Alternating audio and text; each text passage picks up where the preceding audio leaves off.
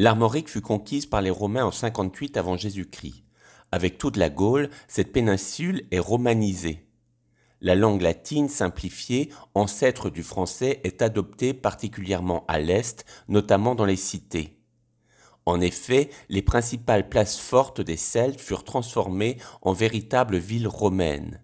Rennes, Corseul, Carhaix, Vannes et Nantes. Grands bâtisseurs, les Romains apprirent aux Celtes à bâtir de véritables cités.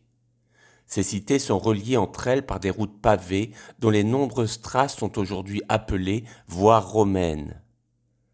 La religion druidique et la religion romaine se mélangèrent. Les sites gallo-romains sont nombreux en Bretagne. Ils manifestent le dynamisme économique de cette période et la profonde romanisation de la population urbaine. Notons cependant, particulièrement à l'ouest, que la population rurale conserve ses traditions et sa langue. Il est manifeste que dès cette période se met en place la limite linguistique entre les territoires où plus tard sera parlé le breton et celui où l'on parlera plus généralement le français ou le gallo.